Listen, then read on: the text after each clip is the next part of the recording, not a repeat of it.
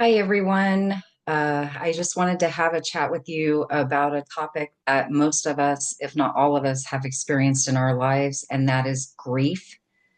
And I'd like to talk about that and how it can affect us and things that we can do and expect when we're going through grief. If you don't already know, I am Dee. Welcome to another episode of Mindful Monday Musings. And I'm ready to just dive right into this topic because there's really no way to sugarcoat, make it fancy, or anything like that. So let's jump right in. Um, I've definitely had my fair share of grief in this life. And I just want to talk about how it can be the loss of a loved one that causes grief. It can be the loss of a friendship. Sometimes we have friendships that fall away, especially as we're pursuing our spiritual path and we're growing our spirituality and we're learning and raising our vibrations. And the current being that we are resonates at a frequency that no longer aligns with people, some people in our lives, and those friendships may fall away. So we may have some grief during that. Divorce can cause grief. Loss of a job can cause grief. Loss of a business, an idea. I mean, there are so many things that can cause us to grieve. Mainly, we think about death as being the reason that we have experience of grief in our life. So I'd like to talk to you a little bit about that particular piece of it this time around. Okay. So, the reason I chose to talk about grief today is because it is very fresh in my mind right now. Because if any of you are in my spiritually speaking group or know me personally, you know that a dear friend of mine just crossed over here very recently and unexpectedly. So I thought this would be a good topic to cover. There are lots of questions that can go on around this topic, a lot of expectations, a lot of confusion, a lot of bewilderment, a lot of overwhelm, a lot of not knowing what to do, what to say, depending on which side of grief you're on.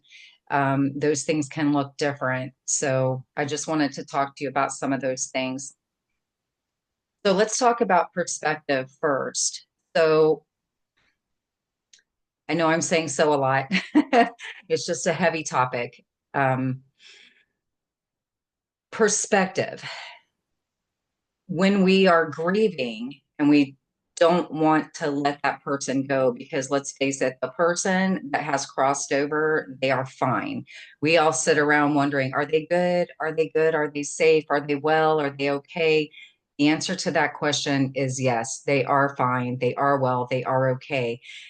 It is us humans that are left in this physical plane that are the ones who are hurting, and we are the ones who allow ourselves to suffer because of different aspects of grief. We're not able to see that person in the physical form anymore. We're not able to hug them, hold them, do the things with them that we used to do, pick up the phone and give them a call, get that text from them just saying some kind of funny meme, or just asking us how we're doing that day, or just saying good morning, or whatever it may be. We don't get to experience that anymore.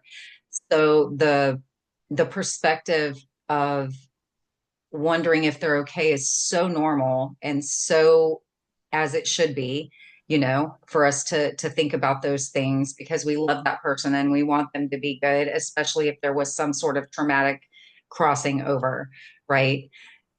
But truly, it is us here on earth that are the ones who are hurting, because we are still in this human form, and that is the way we think, that is the way our minds work. Because no matter how spiritually enlightened you get, you're not a robot. I'm not a robot. We are still human and we still have those feelings, and they come up, and we must navigate them. And if that means crying, then that means crying. If that means sitting on the couch and just cuddling up under a blanket and just watching sappy old movies that you used to watch with that person, or just sappy old movies because you enjoy them, or whatever the movies are that you're watching, or reading a book, or just vegging out occasion, like. And that brings me to another thing, and that is the expectations around how we should be handling grief. One of the things that I have found is that people have lots of well-meaning advice for us when we're in a state of grief because we've lost someone. Um, they'll say things like, well, at least you have the memories and they're in a better place now, and things like that. And they are so well-meaning. They're so well-meaning. And then there's those people who don't know what to say, so they don't say anything. And then we get our feelings hurt because we feel like if they loved us, they would reach out to us. The bottom line is some people just don't know what to say. They have no idea what to say.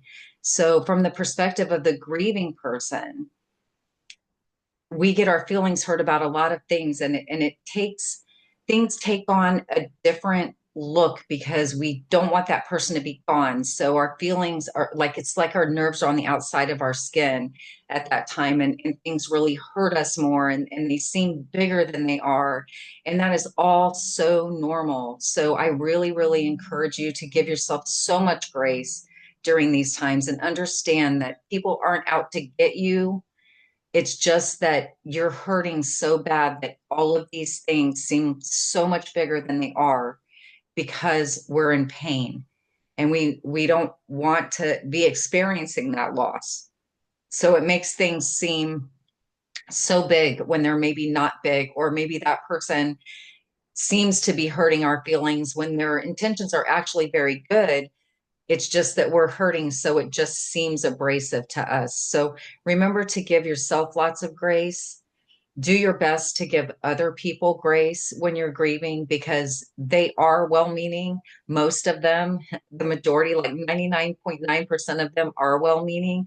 They just don't know what to say. They don't know how to handle it because it becomes very uncomfortable for a lot of people when they have to deal with someone's heavy emotions like that. And it's very understandable. And there's no judgment here because I've been on both sides of it. I've learned and grown so much through this kind of stuff. That's why I wanted to get on here and talk about it, because hopefully something I say and the experiences I've had will, and the experiences I share that other people have shared with me will help someone out there be able to navigate through grief a little more easily. Um, so as far as what can be said to someone who is grieving, if you're the person who would like to say something to that person. A friend of mine and I just had this discussion the other day. She's like, Dee, sometimes I just don't know what to say. I just don't know what to say to them. And in my opinion and in my experience, the best thing to say is simply, I'm sorry for your loss, or just simply, I'm sorry. You could also say that I have no words, or there are no words. Because the bottom line is, no matter what you say to that person, nothing is going to make them feel better about the fact that they just lost a loved one, that their loved one just left this physical plane. Nothing is going to make them feel better. Only time and support. And we like to say that it heals all wounds, time heals all wounds. But the fact of the matter is, we simply learn to navigate through our lives and manage our emotions better. That grief never goes away. It never goes away. And it can be days, weeks, months, it can be years, it can be decades. It can be decades, and it will still sneak up on you, and you'll still miss that person, and something will remind you of them, and you'll be in the grocery store or wherever, and you'll just start crying. And there's nothing wrong with that. It's so normal. And I used to be really uncomfortable crying around other people. I thought, I'd be embarrassed about it and things like that. Now I just carry Kleenex. And I would encourage you to do the same. Y'all, we get to be sad. We get to be sad when we lose someone. This shit hurts. It hurts. So we get to be sad about it, and we get to experience our emotions about it. And if someone doesn't understand that and it makes them uncomfortable, then that's on them. It's not on us. We get to experience those emotions and not be embarrassed about it, because it doesn't mean that we're weak or that we're doing something wrong if we cry because we lost someone. That is so normal to do. It's so normal to cry. And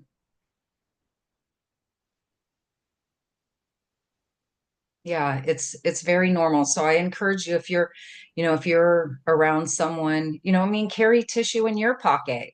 If you're not grieving, carry tissues in your pocket or purse. And if someone starts crying because they lost someone, then you can hand them a Kleenex if they don't have one. And just let them know by that just non-verbal act of support that you are there for them.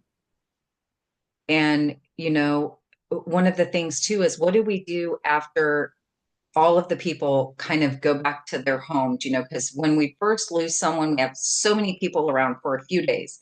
Like everyone's coming and they're supportive and they're like, let us know what's happening, let us know what's going on. And then after a few days, they all kind of drift away and back into their own lives, which is as it should be. But then there we are all alone with this empty house or this empty, this quiet phone or whatever it is that we used to experience with that person that is now so quiet, right? There we are. And then we have a friend who wants to reach out to us and check on us, but they don't know what to say. So if you are that friend and you would like to reach out to someone, this is what I told my other friend. We were having this conversation the other day. Just simply call them or text them and just say, instead of how are you? Because we all know how someone is when they've just lost someone. They're sad. That's how they are. They're sad and they're hurting. So something that you can say is just simply, I'm thinking about you. I just wanted to let you know you're on my mind. And if you do make that as a phone call, then allow them to lead the conversation. And if they want to talk about the person that crossed over, then by all means, have this gentle, sweet, reminiscent conversation with them. If they don't and they want to talk about other things, don't bring it up. Allow them to lead the conversation and just allow them to talk about whatever comes to their mind that day. And also regarding, I know it's the scenarios are different for everyone. Some people have burial funerals. Some people have memorials for they've been cremated or aquamated or something like that, and they just have a memorial service. But if there's a burial service and then there's people coming over to your house or you have a wake or whatever you want to call it, and people are bringing tons of food. I'd like to make some suggestions that are really beneficial because I experienced this at my son and my daughter-in-law's house when my grandsons crossed over. There was a period of time, preceding their death and then their services that people were just, oh my gosh, it was amazing how many people came over and showed support. But I learned a lot.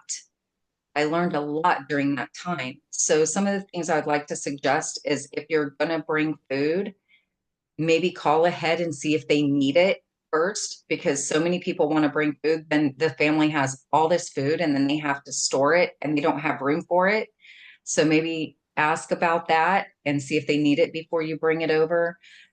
Consider maybe making something that can be split up into portion sizes and frozen individually and then freeze it before you take it over. That way they can just put it in their freezer and warm it up when they feel like they need to eat. Because anyone who's been through grief or a hard time like this knows that our appetites are way down when we're going through something like that. So that's a suggestion.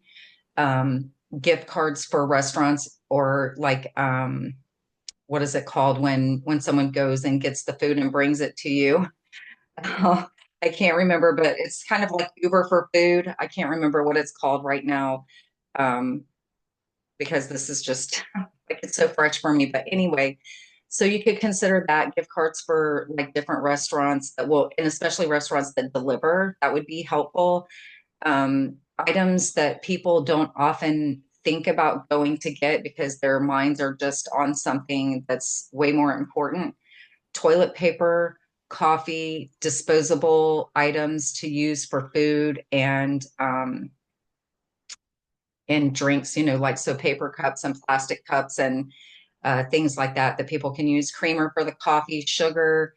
Um, I think I said toilet paper already, paper towels, napkins. If there are kids in the home, snacks for the kids, like little single size serving bags of chips or granola bars or snackable items like that are real super easy for someone to grab and just hand to the child to be able to eat and have a little snack without someone having to put too much work into it because their mind is just not into that.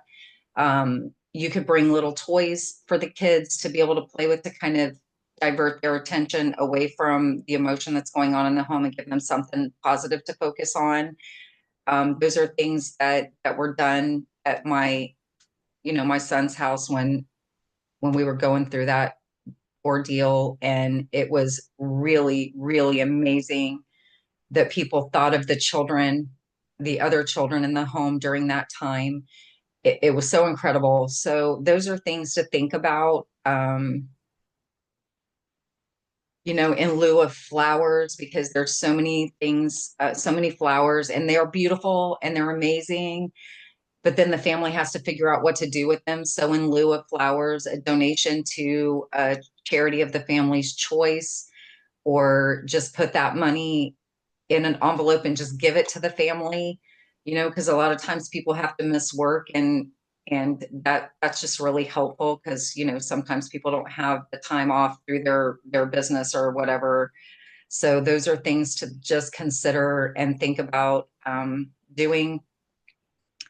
One of the other things I would like to talk about is people's expectations. There are so many people that want to tell you what you should be doing in your grief. Well, you should be doing this and you should be doing that. I have a friend who lost her husband in 2014, and I talked to her every single day for a year because I was very good friends with her and her husband. He was like a spiritual mentor to me. And she kept telling me stories about friends of hers that would say, you should be doing this and you should be doing that. And she was so overwhelmed and almost distraught. She had no idea how to handle it. She didn't know what she should be doing because she'd never lost her husband before. So, one of the things I told her is, you know what you should be doing? And she said, what? And I could tell in her voice, it was almost like, oh no, not someone else telling me what I should be doing. I said, you should be doing whatever feels good to you, whatever you feel like you should be doing. As long as you're taking care of your personal hygiene and you're feeding yourself, we all handle it differently, and there's no wrong thing to do. My grandma, when my grandpa died, she got rid of all his stuff right away. Like right away. She wanted it all out. And it wasn't because she didn't love him, because she didn't want his memory around or anything like that. It's just because that's how she coped with it.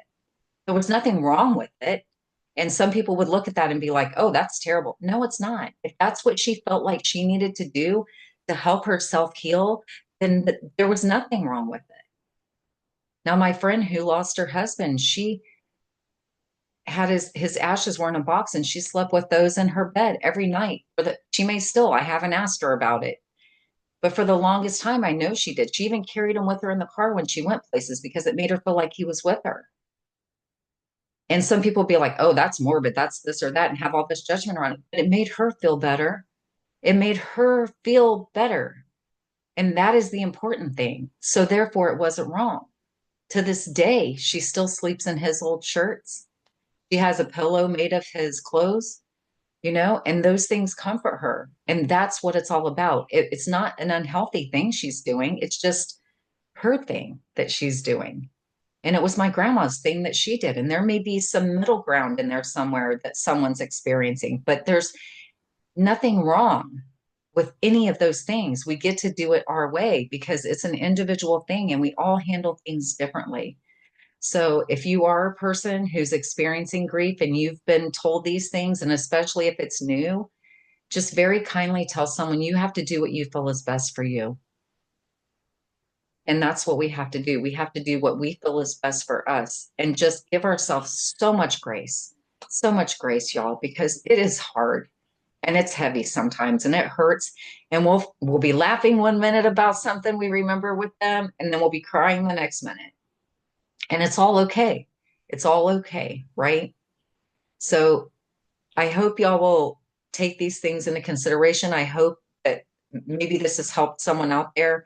If you have another story of something that you've experienced that you feel would help someone, please drop it in the comments and share it. Send me an email if you're uncomfortable with your name being associated with it, and I'll put it in a message out there so other people can see it as well, so that we can learn from each other and learn how to navigate these very difficult times in our lives with so much more grace and as much as we can anyway, right? Because it is tough. So that's all I have today. Thank you so much for listening. Like I said, I hope someone has found this helpful, and please do share your stories if you have something you feel would be helpful for someone. Okay. And thank you all for listening. I appreciate you so much, each and every one of you. Thank you for your patience. And I love you all. I will see you on the next one.